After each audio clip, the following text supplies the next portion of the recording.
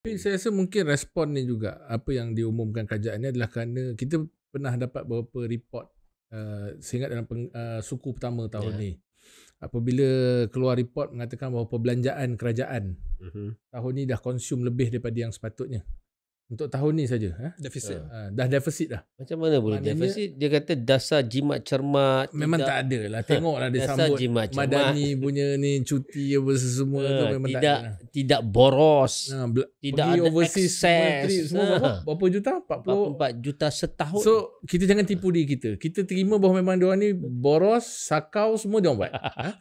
Sekurang-kurangnya masa zaman yang dia kutuk-kutuk dulu, rakyat didahulukan pencapaian diutamakan. Itu lama sangat. Tapi maksudnya sekarang ni Kan pencapaian pun tak ada, rakyat pun tak diutamakan. sekarang bukan takat Rafizi dengan Nazmi tak dengan PMX. Rakyat pun tak dengan PMX. UMNO pun bukan dengan dia. UMNO pun bukan dengan dia. Yang dengan dia sekarang Zafrul je. Saya nampak ada UMNO. Ada dengan Izzah lah. Izzah ya. Dengan Izzah lah. Petronas boleh buang lagi 5,000 pekerja. Ya. So actually kat mana masalah PMX ni dengan kerajaan Madano ni? Masalah tu kat dia. Bukan kat mana masalah ni. Masalah tu kat dia. Oh, ramai yang sindir.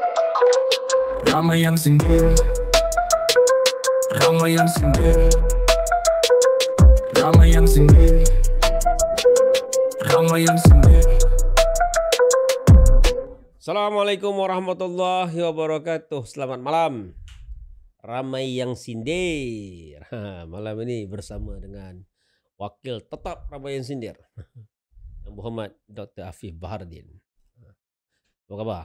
Baik, alhamdulillah. Yang kedua, saudara Naim Brandish.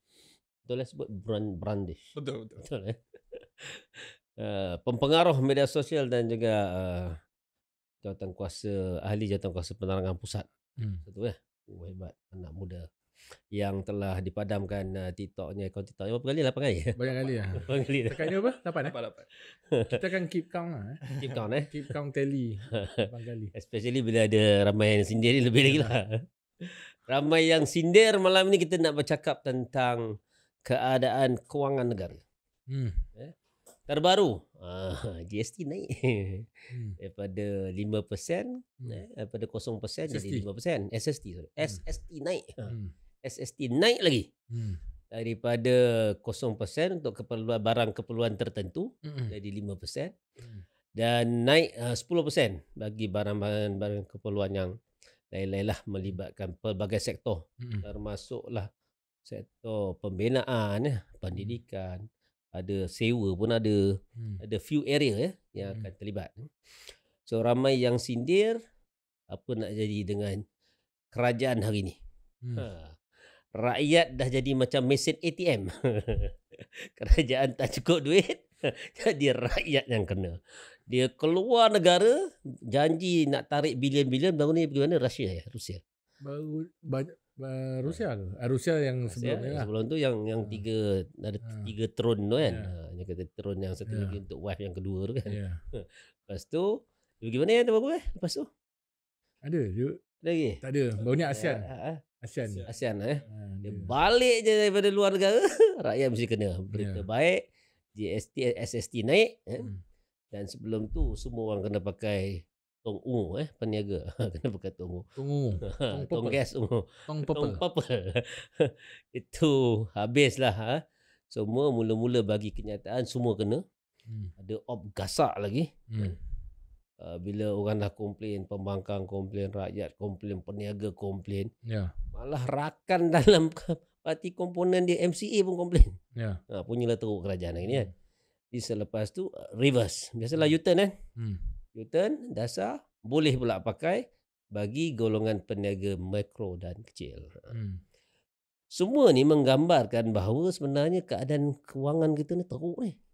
Kan? Bila baca report Bank Negara Malaysia yang baru dikeluarkan baru-baru ni, hutang negara dah nak sampai 1.3 trilion. Macam mana dulu Anwar Ibrahim masa dia jadi Ketua Pembangunan Jabatan kata hutang dah sampai 1.5 bilion. Trilion. Baru nak sampai ni. Dia.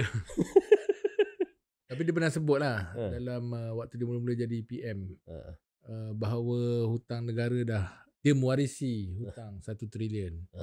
Mana 1.5 ke 1.5 trilion? Itulah. So sekarang dia negara kata hampir bankrupt kan.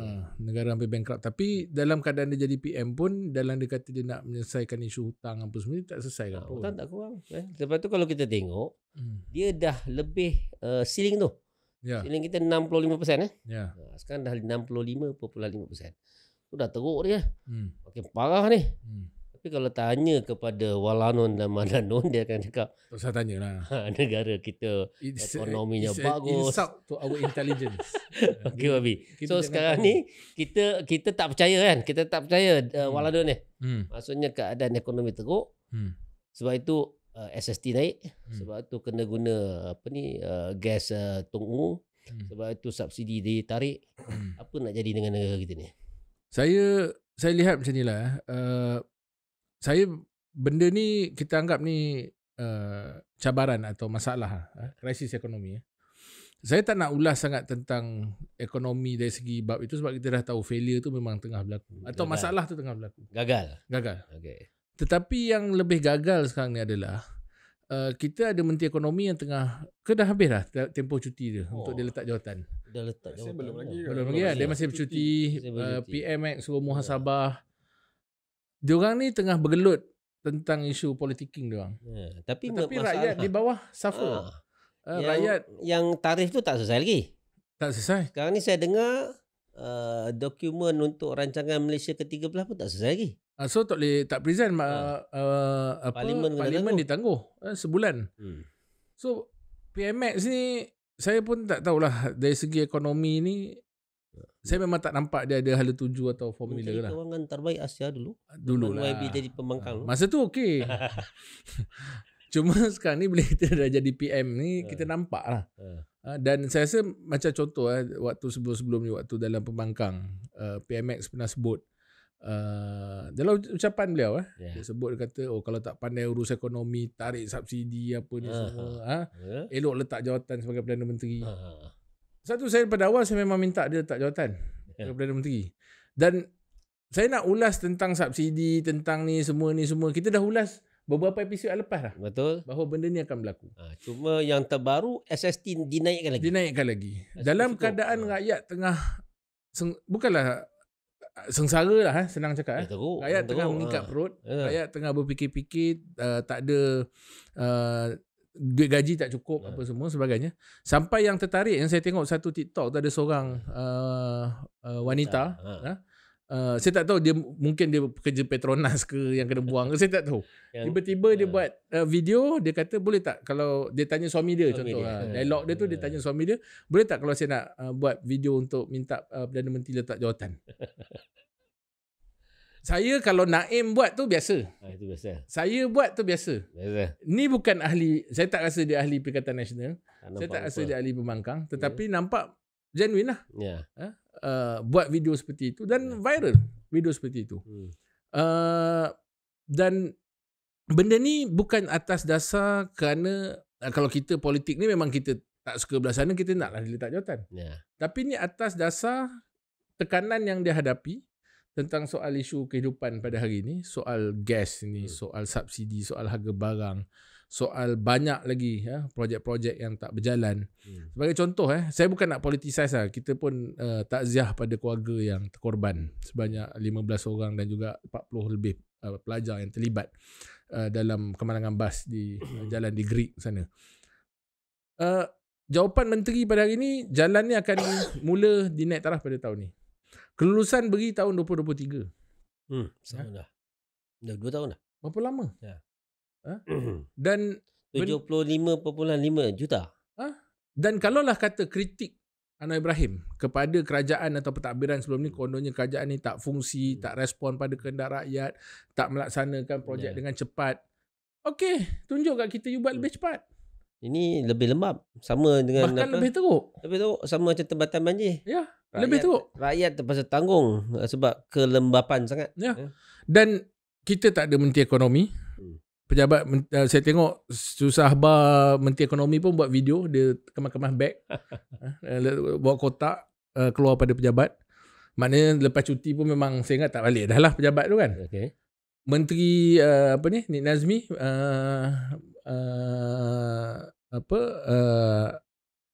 alam sekitar pun tak ada. Dan lepas tu dengan PMX yang saya nampak tidak langsung tunjukkan kepimpinan. Tak nampak apa kaedah untuk percepatkan selesaikan masalah. Ya. Melainkan tangguh. Betul. Ya. Bukan tangguh, dia buat macam silent treatment.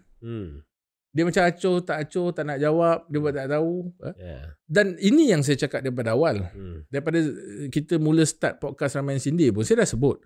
Kalau PMX fokus menyelesaikan isu rakyat, Rafizi ke, Nik Nazmi ke, ni semua, akan akhirnya mereka pun tahu bahawa PMX ni rakyat dengan dia. Okey. Sekarang bukan takat Rafizi dengan Nik Nazmi tak dengan PMX. Rakyat pun tak dengan PMX. UMNO pun bukan dengan dia. UMNO pun bukan dengan dia.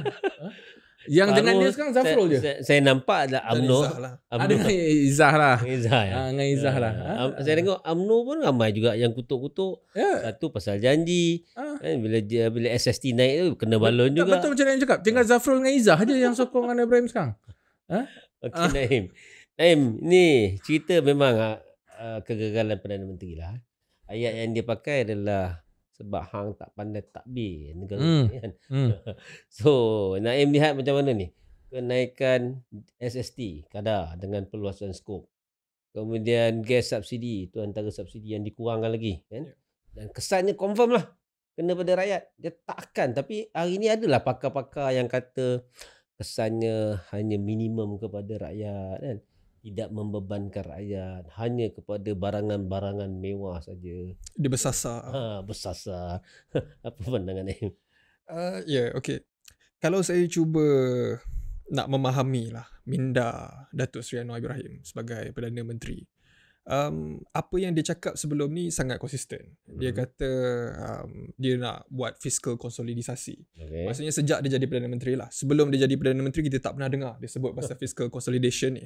Tetapi sebelum ni dia kata kita perlu bantu rakyat, kita perlu bantu orang susah, B40, orang miskin, kita perlu nyahkan kemiskinan dan sebagainya. Tapi bila dia jadi Perdana Menteri, dia agak konsisten. Dia punya fokus bukan lagi kepada rakyat tetapi lebih kepada fiscal consolidation.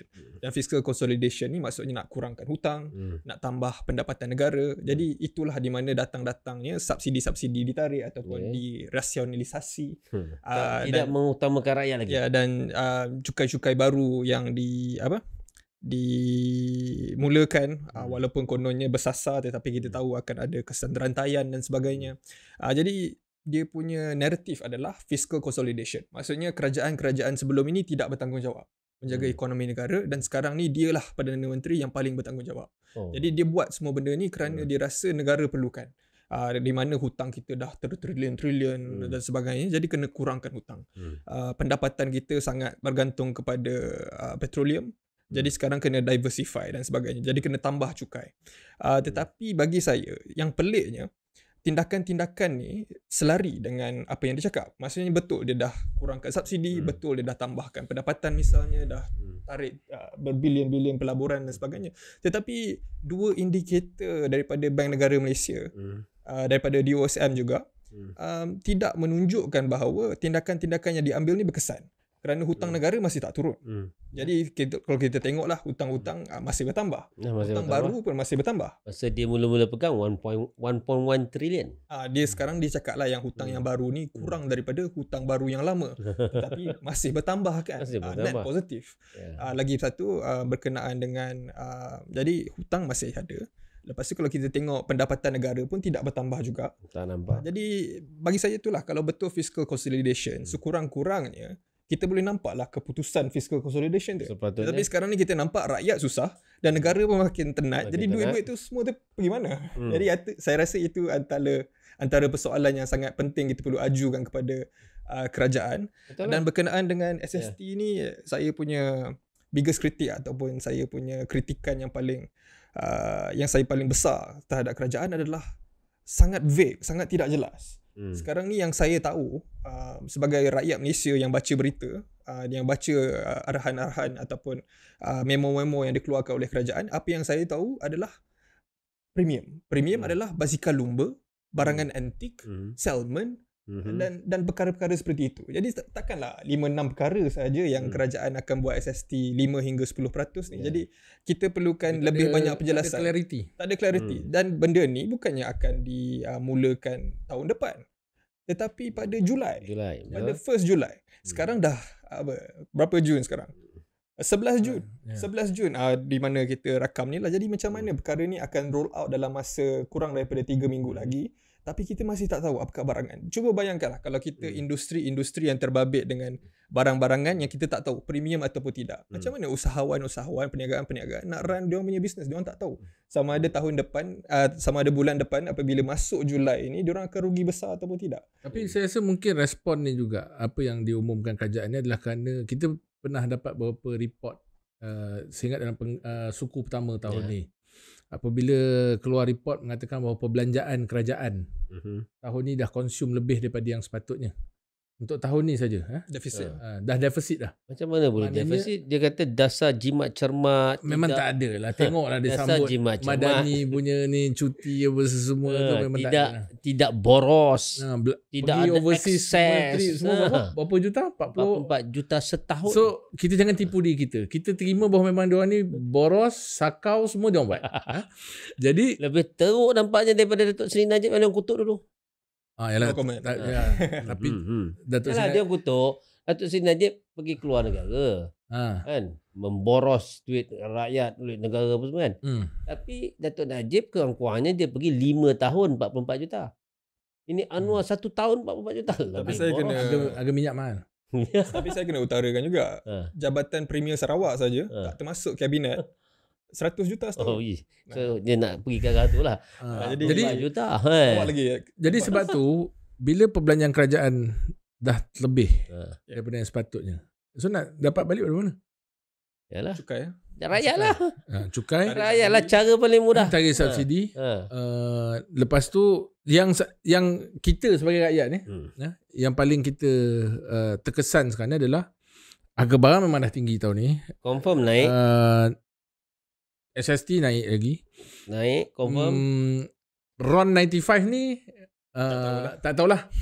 SST akan naik. Apa dulu yang Rafizi kata dalam statement dia dalam ada satu interview apa? Surprise bukan surprise. Kejutan. Something lah. So dia ingat ni macam birthday party kawan dia kat kucing-kucing dia. Ni So dia masa sebelum pilihan raya kecil. Dia tak ada tak apalah. Dia tak ada tak apalah. Tapi kita pun tak tahu lagi ni. Kita pun terkejut dekat nak tunggu siapa nak jadi menteri ni. Kan? Katanya daripada UMNO. T15 masih tak tahu lagi definition. Siapa dia T15. Tarif elektrik nak naik. Ya. So benda ni semua tarif elektrik nak naik, surcharge dah lama naik. Lepas Perikatan Nasional lah itu, surcharge terus naik. So jadi benda ni semua berlaku dalam keadaan yang saya lebih risau tu, okey, benda ni semua naik satu hal. Seolah-olah kerajaan macam tak nampak benda ni satu masalah pada rakyat. Dah sebab tu bila Naim sebut tadi, rakyat sudah tidak lagi diutamakan. Ya. Sekurang-kurangnya masa zaman yang dikutuk-kutuk dulu, rakyat didahulukan, pencapaian diutamakan. Lama sangat. Tapi maksudnya sekarang ni pencapaian pun tak ada, rakyat pun tak diutamakan. Macam mana tu? Dalam keadaan rakyat boleh pergi kerja, rakyat boleh keluar, rakyat tak perlu lalui perintah kawalan pergerakan. Tapi rakyat rasa lebih susah daripada memang lebih susah. Waktu duduk dekat rumah, termenung, mengenangkan masalah COVID. Ya. Tapi ada makan. Betul, ada makan, sekurang-kurangnya tak rasa terbeban macam sini sekarang. Itu yang point Naim tadi, bagus tadi. Satu point yang saya ingat tadi. Satu, dia tarik subsidi rakyat berbilion-bilion. Kemudian dia naikkan cukai. Perluaskan lagi skop SST. Kemudian tak cukup cukai barulah kan. LBG. Ada lagi duty stamp untuk kontrak pekerja. Kemudian kalau kita tengok ada lagi saman pun makin kiat ni. Tak cukup dengan saman trafik, saman polis, lepas saman polis, saman JPJ, lepas saman JPJ, saman KKM. Saman KKM, ada lagi saman PBT kan. So banyak ni kan. Itu belum cerita LSDN ni. Itu LSDN memang kejar lah kan. Lepas tu kalau KWSP tu cukup 15 hari bulan je, Hmm. lewat sehari je dah confirm. Hmm. Dah confirm carinya. Ya. Kan? Cari employee je, tak kira lah syarikat tu untung ke rugi, kena bayar kan. Jadi tol perayaan tak ada Kurang. percuma dah. Kan? Sekarang dah 50%. Umur persaraan. Umur persaraan. Nak naik lagi. Kemudian allowance misalnya saya difahamkan allowance pasukan keselamatan PGA. Ada yang pegun, ada yang dah tak ada dah, ditiadakan. Okey lah. Nampak macam Naim sebut tadi ada konsolidasi fiskal lah. Tapi persoalan dia, hutang makin banyak. Kan? Tarik subsidi dulu, kalau kata ada tarik subsidi lah, rakyat akan dapat balik. Kan? Dan rasa sekarang tarik subsidi kan, kalau dulu tak tarik subsidi memang rakyat rasa selesa. Tarik subsidi pun rakyat nampak hasil. Sekarang tarik subsidi tak nampak hasil. So persoalan dia sekarang ni, ambil duit rakyat banyak-banyak ni, duit tu bagaimana? Kenapa rakyat rasa terbeban? Ekonomi tak nampak makin baik, masih suram. Perniagaan tak nampak rancak. Petronas boleh buang lagi 5,000 pekerja. Ya. So actually kat mana masalah PMX ni dengan kerajaan Madanon ni? Masalah tu kat dia. Bukan kat mana masalah ni. Masalah tu kat dia. Dia sepatutnya kalau tarik mesti ada lebih. Sebab saya tengoklah saya pernah sebut juga sebelum ni benda ni kan. Dia tak ada pasukan yang bekerja dengan dia. Dan pasukan yang bijak lah. Pasukan yang benar-benar dapat memberikan pandangan dan juga dia tak boleh nak governize. Masalah saya tengok pertama pasukan tu satu hal lah. Dia sendiri tak fokus. Itulah. Dia tak menganggap sekarang ni kita berhadapan krisis. Jadi saya ambil contoh antara penasihat dia, kita tahu penasihat dia salah seorang timbalan presiden dia sekarang. Kan? Ahli kabinet dapur. Tak apalah kabinet dapur ke kabinet lah. Tengok ucapan timbalan presiden dia pun kita tahu dah betapa peningnya hala tuju. Mana yang generasi sandwich tu? Sandwich ke tak sandwich ke, ucapan dia lah. Okay. Overall. Bahkan bila saya tanya kawan-kawan dalam PKR pun, dia orang pun kata dia orang pun pening dengan ucapan tu. Tapi dia orang terpaksa sokong lah. Dia orang kata kita ni nak hidup dalam parti. Dia kata kita sokong lah. Saya kata okay, tak apa. So saya ambil pendekatan yang lebih profesional lah. We go by merit. Okay. Kalau you nak tawarkan diri sebagai pemimpin, mesti ada apa you punya merit tu. Okay. Apa you punya pencapaian tu. Apa benda yang you dah buat. Sekurang-kurangnya Rafizi adalah formula-formulanya walaupun gagal tak? Gagal ke tak gagal ke, Nuriza? tapi dia tunjuk lah. Okay. Nuriza, kita dengar ucapan dia pun kita tahu. Tak ada formula.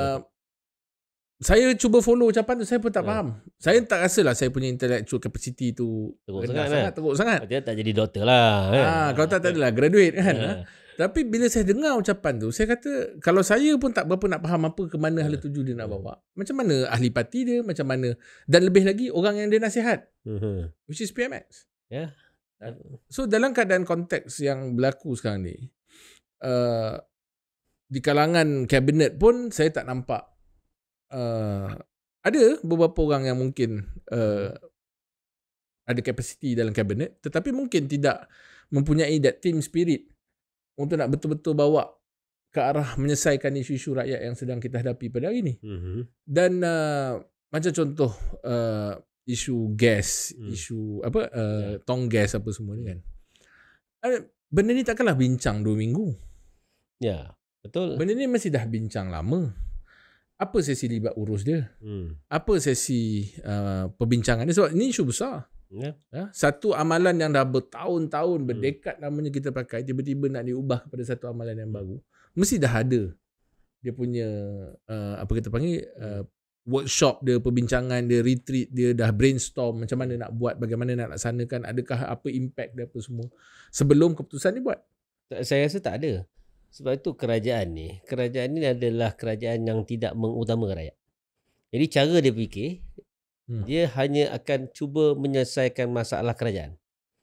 Jadi menteri akan ambil pendekatan penjimatan. Potong mana yang boleh. Tapi dia tak baca tau kesannya, misalnya kesan pada peniaga kecil, mikro kan, dan juga nano kan. Mula-mula mana ada cerita tu. Mula-mula dia buat semua. Gasak semua kan. Jadi dia tak baca bahawa kesan tu akan kena kepada peniaga, dan peniaga akan naikkan harga makanan. Sama juga dengan dobi, pengering akan naik. So saya tak nampak ada perbincangan yang betul-betul menyuruh sebelum dia buat tindakan. Atau report yang disediakan mungkin dia minimizekan impact ni. Dia tunjuk, dia sugarcoat lah. Walhal sebenarnya kalau engagement tu berlaku dengan lebih menyeluruh. Sebab saya tahu kerja paling mudah nak buat dasar ni, kalau kata kita malas lah hire consultant buat present, kita ni. Consultant pula akan base apa you punya goal you. Dia nak capai apa. Dia kan ikut kepada tu saja. Sebab saya nampak tendensi tu mungkin berlaku sekarang lah dalam kerajaan. Ambil consultant mana-mana, bagi ini dan banyaknya even in-house punya dalam kementerian pun mungkin tak buat, atau mungkin belum capai capacity untuk buat seperti yang selayaknya, dan mungkin juga tak ada coordination. Di antara Kementerian Ekonomi dengan KPDN dan sebagainya, tidak ada coordination tu. Saya yakin tak ada. Dia buat in isolation. Semua in silo. In silo. Sebab tu bila keputusan tu keluar, menteri lain pun saya boleh imagine lah dinamik dalam kabinet tu. Menteri ni present, menteri sana dia kau tak ada refer aku pun tak payahlah aku bagi pandangan.